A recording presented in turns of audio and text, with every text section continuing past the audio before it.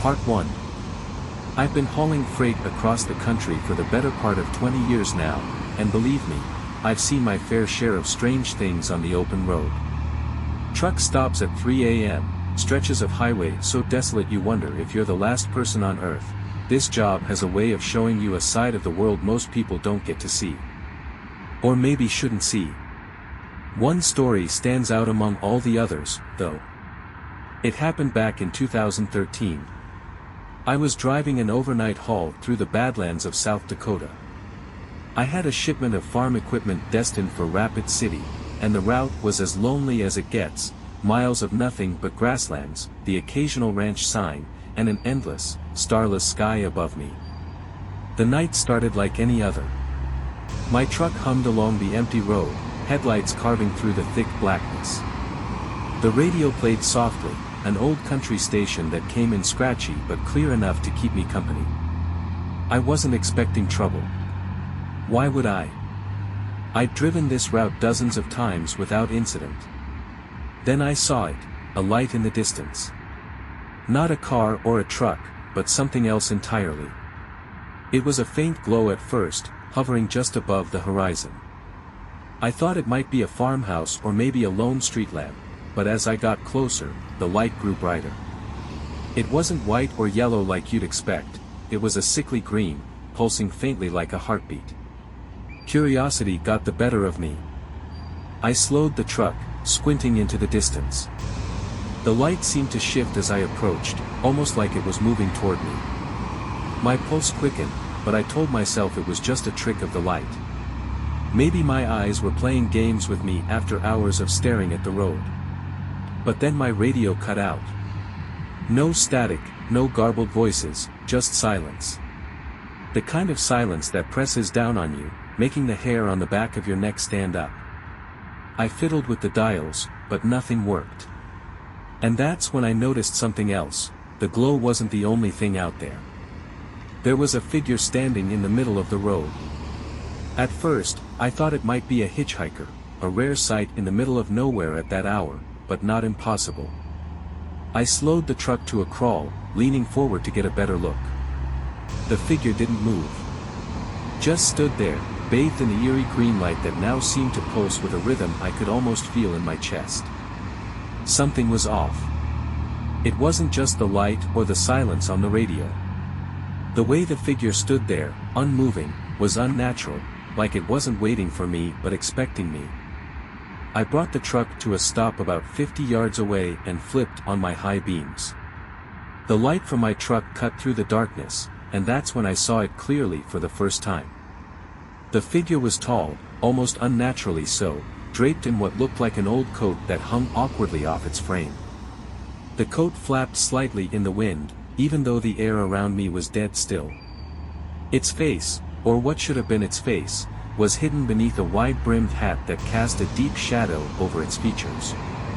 The only thing visible was its eyes, glowing faintly in the same sickly green as the light behind it. I froze. My instinct screamed at me to reverse, to get as far away from this thing as possible. But something about those eyes held me in place. They weren't just looking at me, they were looking through me, like they knew every thought in my head, every memory I'd ever buried. The figure raised a hand, slow and deliberate, and pointed down the road behind me. I felt a chill run through me, colder than any winter night I'd ever experienced. There was no sound, no footsteps, no rustle of the coat, just the unbearable silence and that outstretched hand. It was as if the figure was telling me to turn around, to leave, but I couldn't bring myself to move. My hands gripped the wheel so tightly I thought I might break it. Then, as suddenly as it had appeared, the figure began to fade. Not like it was walking away or being swallowed by the darkness, it just dissolved, leaving nothing behind but the lingering green glow. The moment it disappeared, my radio crackled back to life, filling the cab with static and half-garbled snippets of music. My headlights flickered once, twice, and then stayed steady. I sat there for what felt like an eternity, my heart pounding in my chest. The empty road stretched ahead of me, and that unnatural light was gone. But something told me it wasn't over, not yet. Against my better judgment, I put the truck in gear and started driving again. As I eased the truck forward, I couldn't shake the sensation that I was being watched. Every shadow along the roadside seemed to twist and stretch, as if the darkness itself was alive. I kept glancing in my mirrors, half expecting to see the figure standing there, watching me from the rear of the trailer. The green glow was gone, but the unease it left behind lingered like a bad aftertaste. My hands trembled on the wheel, and my breath fogged the windshield despite the warm cab. The radio continued to sputter, fragments of voices and static breaking the silence, but none of it made any sense. About 5 miles down the road, the truck's headlights flickered again, this time dimming almost completely before flaring back to life. The dashboard lights blinked, and the engine gave a low, guttural growl that didn't belong. My stomach twisted. I muttered to myself, just a glitch. Trucks have glitches. But I knew better. This wasn't mechanical, it was something else. The road ahead seemed to stretch impossibly far, like I wasn't making any progress no matter how long I drove. It was as if I'd been caught in a loop, the same few miles repeating over and over. The trees looked identical, their branches gnarled and reaching, and the mile markers had stopped appearing altogether. Then I saw the house. It came out of nowhere, a dark silhouette against the barren landscape. It sat maybe 100 yards off the road, a single light flickering in the upstairs window. It looked abandoned, boards covered the lower windows, and the roof sagged in places.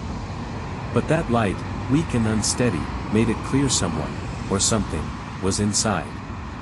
I felt the truck pulling to the side of the road before I even made a conscious decision. It was like my body was acting on its own, betraying every instinct that screamed at me to keep driving. I killed the engine, and the silence that followed was deafening. For a long moment, I just sat there, staring at the house. The flickering light seemed to beckon me, pulsing faintly like the green glow I'd seen earlier. I didn't want to go in, but I also knew I wouldn't be able to keep driving unless I did. It was a compulsion, an invisible string pulling me toward the house. Grabbing my flashlight and a crowbar I kept under the seat, I stepped out into the cold. The night was eerily still, no wind, no crickets, just the sound of my boots crunching against the gravel as I approached the house. The air smelled faintly of damp earth and something metallic, like rust or blood. The closer I got, the more wrong everything felt. The shadows around the house seemed to ripple, bending unnaturally, and the single light in the window flickered faster, like it was reacting to my presence. I reached the front porch, the wood creaking under my weight. The door was slightly ajar, and as I pushed it open, the hinges let out a long, mournful groan. Inside, the air was colder than it had any right to be, and the smell of decay hit me like a punch to the gut. My flashlight beam cut through the gloom, illuminating a hallway that seemed much longer than the house should have allowed. At the far end, I could see another door, slightly ajar, with faint green light spilling out around its edges. That light. The same color as the figure's eyes. My hands tightened on the crowbar as I stepped inside. The door creaked shut behind me. The slam of the door behind me echoed through the house like a gunshot, sending a jolt of adrenaline through my veins. I spun around, shining my flashlight at the entrance, but the door looked as old and lifeless as the rest of the house. No signs of anyone shutting it, no wind, no creak. It had just closed. I swallowed hard, forcing myself to focus on the hallway ahead. The green light spilling from the distant door was steady now, casting an unnatural glow that seemed to distort the space around it. The hallway felt wrong, like it wasn't built for human proportions. The floorboards creaked beneath my boots, and the walls seemed to lean inward, narrowing the further I walked. The air grew colder with every step, each breath fogging in front of me like smoke. My flashlight flickered, the beam sputtering as though it were struggling to cut through whatever darkness clung to the space. I tightened my grip on the crowbar, the weight of it a small comfort against the growing sense of dread. As I walked, I noticed the walls weren't as plain as I first thought. Strange markings marred the peeling wallpaper, symbols etched into the wood beneath, some sharp and angular, others curling and flowing like script. They were uneven, almost carved in a frenzy, and my flashlight seemed to dim as I passed over them, the light reluctant to touch them for too long. My footsteps slowed when I realized the hallway wasn't ending. It should have been no more than 50 feet, yet I felt like I'd been walking for hours. The door with the green light remained just as far away as when I started. I turned to look back, hoping to see the entrance behind me, but the hallway stretched endlessly in that direction too. It hit me then, I wasn't walking down the hallway. The hallway was moving around me. "Get it together," I muttered under my breath, trying to shake the panic clawing at my chest. But even my voice sounded off, muffled and swallowed by the oppressive silence. I picked up the pace, boots thudding heavily against the warped wood. The faster I walked, the louder the creaks grew, until the floor beneath me groaned like it might collapse. That's when I heard the footsteps. They didn't belong to me, these were lighter, faster, like bare feet slapping against the floorboards. My flashlight whipped around, scanning the hallway behind me. Nothing but shadows, stretching and shifting. The footsteps grew louder, closer, as if whoever, or whatever, was sprinting toward me from the void. I bolted. My heart pounded in my ears as I ran, my flashlight bouncing wildly, casting erratic beams of light along the warped walls. The markings seemed to come alive as I passed them, writhing and twisting like they were trying to reach out. The green light grew brighter ahead of me, the door no longer distant but rushing toward me as if the hallway were collapsing in on itself. Then I tripped. My boot caught on something, an uneven floorboard or maybe nothing at all, and I hit the ground hard. The flashlight skittered across the floor, spinning wildly and plunging the space into alternating flashes of light and shadow. The footsteps stopped. Silence. I scrambled to my feet, clutching the crowbar like a lifeline. My flashlight had come to rest against the far wall, its beam fixed on the door at the end of the hallway. Slowly, cautiously, I approached the light, my steps deliberate and heavy in the quiet. The door was cracked open, the green light spilling out in waves, pulsing in time with my racing heartbeat. I reached for the handle, my hand trembling as I pushed it open. Inside, the room was empty, at least at first glance. It was a small, circular space, the walls covered in more of those strange carvings. In the center of the room stood an old wooden chair, and sitting on the chair was a small, black object. It was a box, no larger than a shoebox, wrapped in chains that looked far too heavy for its size. The green light emanated from the box, leaking through tiny cracks in its surface. My flashlight dimmed as I stepped closer, the beam struggling against the glow. The air around the box felt dense, pressing down on me like a physical weight. And then I heard it, a voice. Low and guttural, whispering words I couldn't understand. The sound didn't come from the box but from the room itself, reverberating in my skull. It said my name. The voice sent a shock through my entire body, freezing me in place. Hearing my name spoken in that low, guttural tone, it wasn't just sound. It was a vibration, a feeling that seeped into my bones. The green light from the box pulsed faster now, brighter with each beat, casting eerie shadows that danced along the walls. I wanted to leave, to turn and run as far from this cursed place as possible, but something held me there, rooted to the floor. The voice spoke again, louder this time, the words twisting in my ears like they were from a language I wasn't meant to understand. Then, the whispers stopped, replaced by a single, clear sentence. Do not open it. The box. My eyes locked onto it, those heavy chains gleaming under the green glow. I didn't want to touch it, but I could feel it pulling me in, like gravity stronger than anything I'd ever felt. My hand trembled as I reached out, hovering just above the box. The moment my fingers grazed the cold metal of the chains, a piercing scream erupted from nowhere and everywhere at once. It was deafening, inhuman, and filled with a kind of anguish I can't even begin to describe.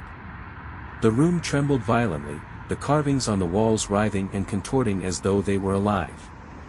The flashlight flickered out completely, plunging the room into darkness broken only by the sinister green light from the box. The scream grew louder, almost unbearable, until suddenly it stopped, replaced by the faint sound of footsteps. They weren't fast this time. They were slow, deliberate, and getting closer. My breathing quickened as I turned toward the doorway, dread washing over me. Standing in the frame, silhouetted against the faint glow of the hallway, was the figure from the road. Its wide-brimmed hat cast a shadow over its face, but those green eyes burned brightly in the darkness, locking onto me with an intensity that made my knees weak. It raised a hand, palm out, and spoke in that same guttural tone. "Leave this place." I didn't need to be told twice. I bolted for the hallway, not caring about the box, the markings, or the whispers that began to swell in the room behind me. The hallway stretched endlessly again, but this time, I could see a faint light far in the distance, my truck. The floorboards groaned under my feet, and I heard the footsteps following close behind, heavy and relentless. I didn't dare look back. The air felt thicker with every step, my lungs straining as though I were running through water. But I kept going, focusing on that faint light ahead. The moment I burst through the front door, the oppressive air lifted, and the icy chill was replaced by the warm night breeze. I sprinted for my truck, not stopping until I was safely inside with the doors locked. The engine roared to life on the first try, and I threw the truck into gear, tearing away from the house. In my rearview mirror, I saw the house collapse in on itself, the walls crumbling inward as the green light consumed it from within. And then, just like that, it was gone. No debris, no light, just an empty patch of land where it had stood. The rest of the drive was a blur. My hands didn't stop shaking until I was hours down the road, the rising sun painting the horizon in soft pinks and oranges. I never reported the incident. What would I even say? I avoided that stretch of highway from then on, though, taking a longer route whenever my hauls took me near South Dakota. To this day, I don't know what was in that box or why the figure warned me away from it. But I do know this: whatever it wasn't meant for me, or anyone else. Part 2. Being a trucker isn't just a job, it's a lifestyle. You get used to long hours on the road, bad diner coffee, and the kind of silence that can either bring you peace or drive you mad. But every now and then, you experience something that sticks with you, something that makes you question just how much of the world you really understand. This happened back in 2015, somewhere along a desolate stretch of highway in Montana. I'd been driving for nearly 8 hours straight, hauling a load of lumber to a distribution center in Billings. The landscape out there is a whole lot of nothing, endless plains that roll on forever, dotted with the occasional cluster of trees or abandoned farmhouse. It was just after midnight, and I was running on fumes. Not just the truck, either. I'd been relying on energy drinks and cheap gas station snacks to keep me awake, but my eyelids were getting heavier with each mile. That's when I saw the sign. It was one of those brown road signs, the kind that advertise tourist attractions or rest areas. This one read, "Last Chance Rest Stop, 2 miles." I didn't remember seeing it on my route plan, but at that point, I didn't care. I just needed a place to stretch my legs and maybe catch a quick nap before pushing on. 2 miles later, a faint light came into view, and I took the exit. The rest stop was old, one of those places that looked like it hadn't been updated since the 60s. A single fluorescent light buzzed above a peeling wooden sign that read, "Welcome to Last Chance." The parking lot was cracked and overgrown with weeds, but there were a few other vehicles scattered around, an old sedan, a beat-up RV, and a dusty pickup truck with a camper shell. It was strange, but not strange enough to send me back onto the highway. I parked my rig at the edge of the lot, turned off the engine, and stepped out into the cool night air. The silence out there was unnerving. No chirping crickets, no rustling leaves, just the faint hum of the fluorescent light. I glanced toward the building that served as the main rest stop. It was a low, squat structure with dim lights glowing behind its fogged-up windows. The inside was exactly what you'd expect: linoleum floors stained with years of grime, vending machines that looked like they'd swallow your money without a second thought, and a faint smell of mildew that seemed to cling to the walls. There was a small counter with a bell on it, but no one was there. A sign taped to the counter read, "Bathrooms are outside. Thank you for your patience." Great, I thought. Outdoor bathrooms, just what I needed. I stepped back outside and headed toward the row of outhouses on the far side of the lot. They were lined up against a cluster of tall trees, their silhouettes barely visible in the dim light. As I got closer, I realized just how rundown they were, doors hanging crooked on their hinges, paint peeling away in strips. One of them creaked open slightly in the breeze. I picked the cleanest looking one, if you could even call it that, and stepped inside. The smell was overwhelming, but at least it was functional. I was in and out as fast as possible. When I stepped back into the lot, something felt off. The lights in the rest stop building were flickering, casting strange, jerky shadows across the cracked pavement. The other vehicles in the lot looked different somehow, like they'd aged decades in the few minutes I'd been inside the outhouse.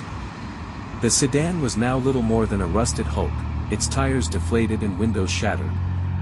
The RV sagged on its axles, and the pickup truck's camper shell was riddled with holes.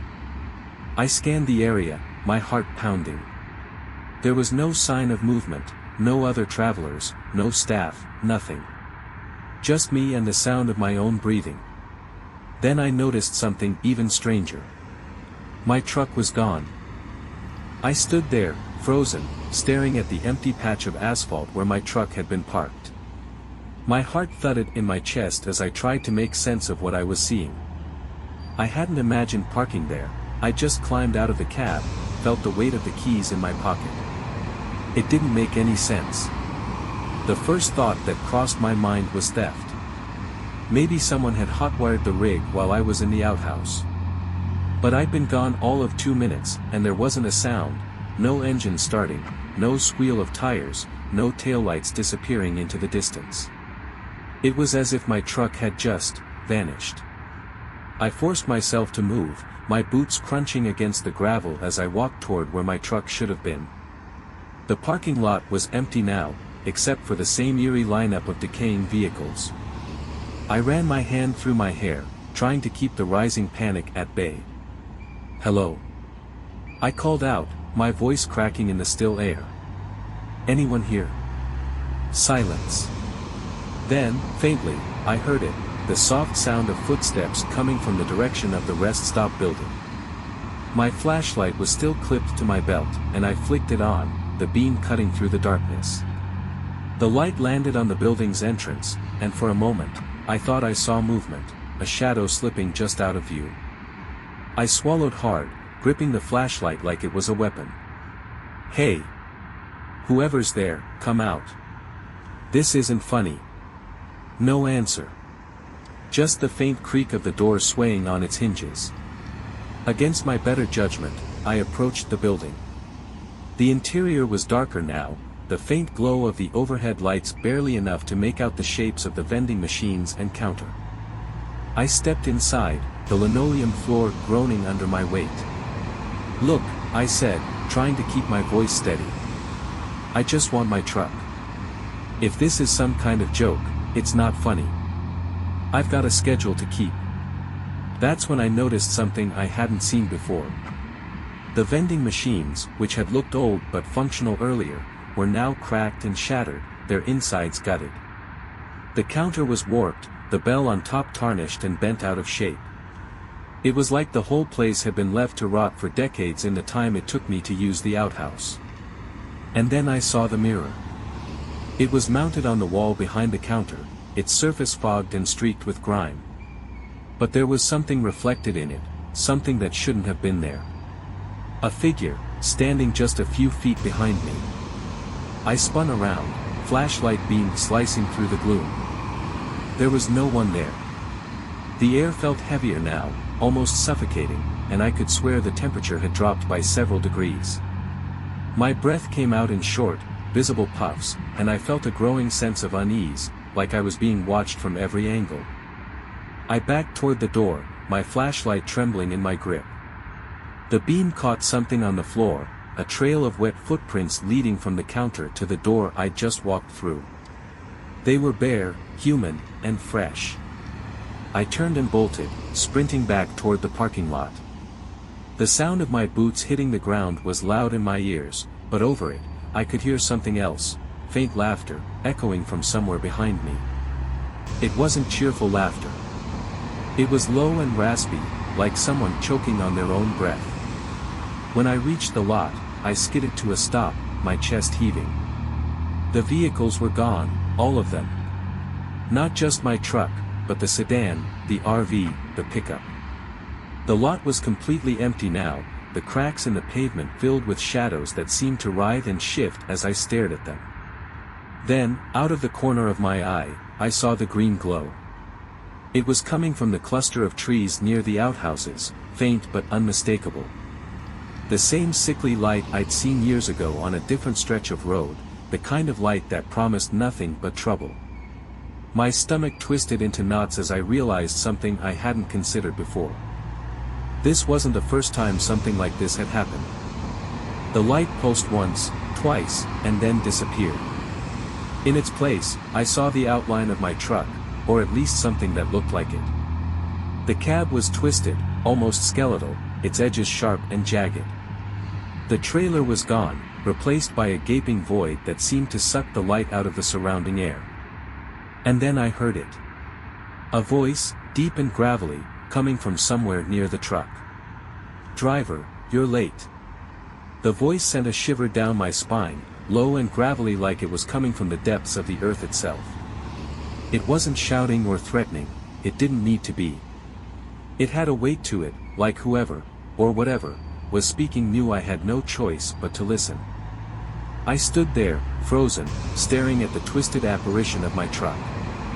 The green glow pulsed faintly from the cab, illuminating its jagged edges and casting warped shadows across the cracked pavement. I gripped my flashlight tightly, though it felt useless now. "Who's there?" I called out, my voice cracking. "What do you want?" The laughter came again, soft and rasping, and this time it was closer. I whipped the flashlight around, searching the darkness, but there was nothing. Just the vast emptiness of the lot and the faint hum of the fluorescent light above me. "Driver," the voice said again, echoing in the still night. "Get in." I didn't move. My instincts screamed at me to run, to put as much distance between myself and that thing as possible. But my feet wouldn't budge. It was like the voice had rooted me to the spot, compelling me to obey. The door to the cab creaked open on its own, the sound sharp and metallic. Inside, the green glow intensified, illuminating the seat and dashboard in an otherworldly light. I could see something moving inside, shadows shifting, writhing, as if the truck was alive.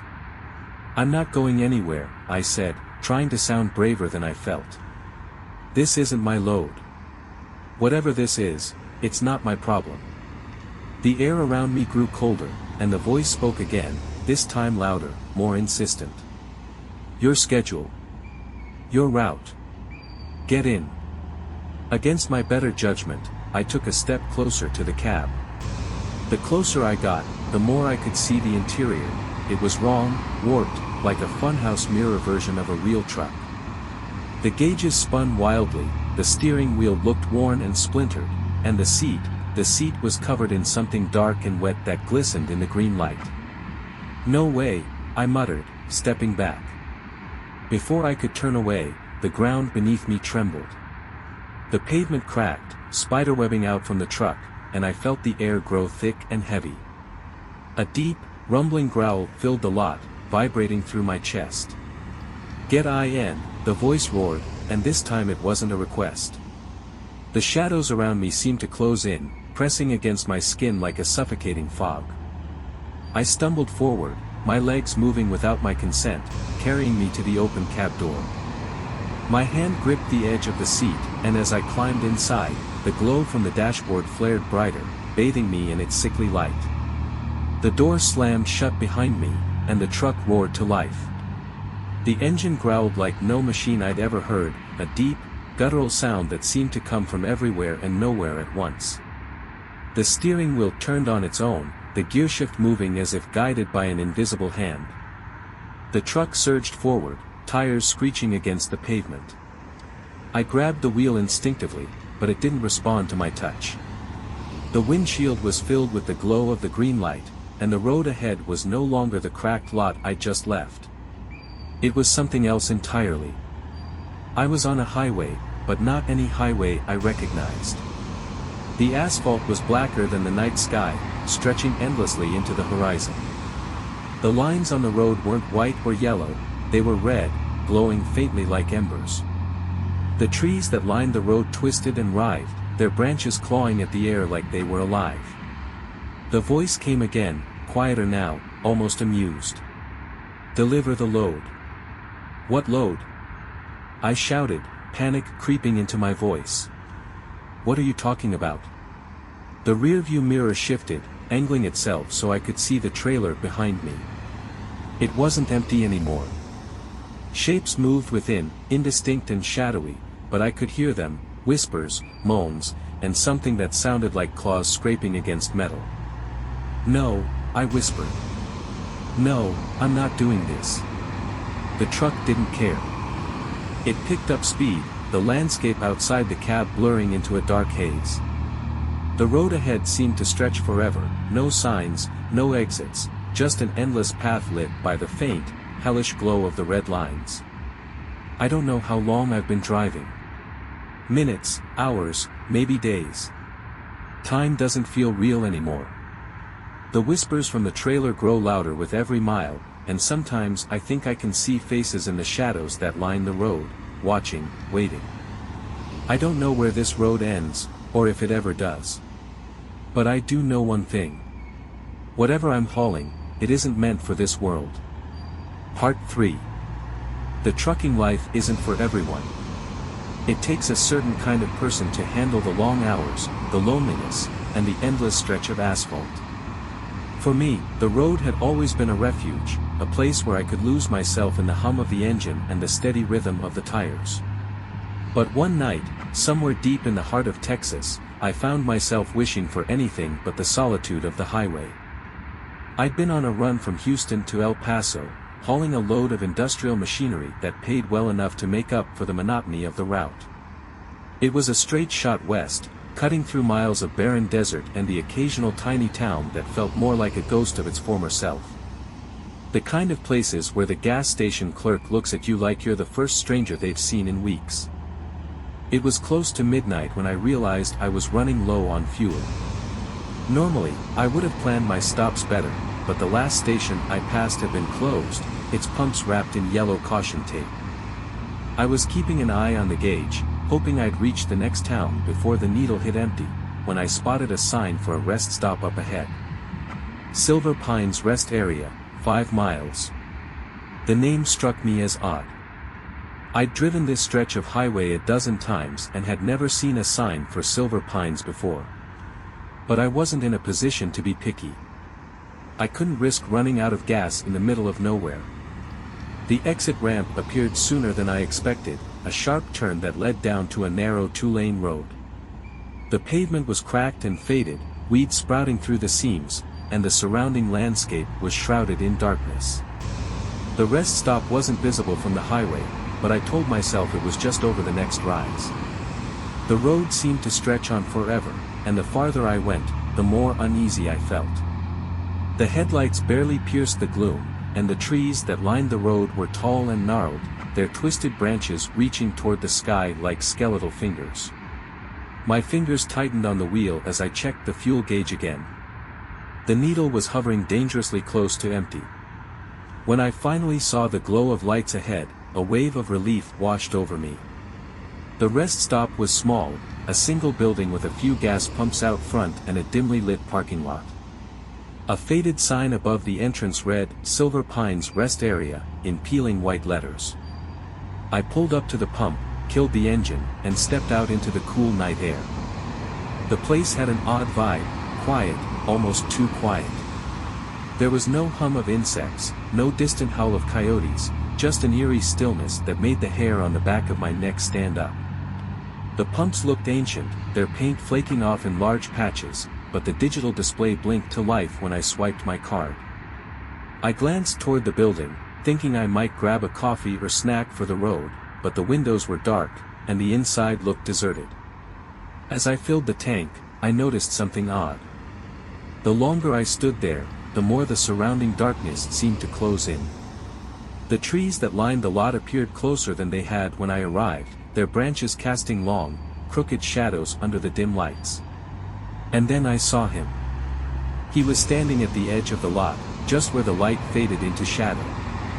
A man, tall and thin, wearing an old-fashioned suit that didn't belong in this century. His face was obscured by the brim of a wide-brimmed hat, but I could feel his gaze on me. "Need something?" I called out, my voice breaking the stillness. He didn't answer. He just stood there, motionless, like a statue carved out of the night. A cold dread crept over me, and I decided it was time to leave. I hurried to finish fueling, my hands fumbling with the nozzle as I glanced back toward the spot where the man had been standing. But he was gone. The engine roared to life as I climbed back into the cab and put the truck in gear.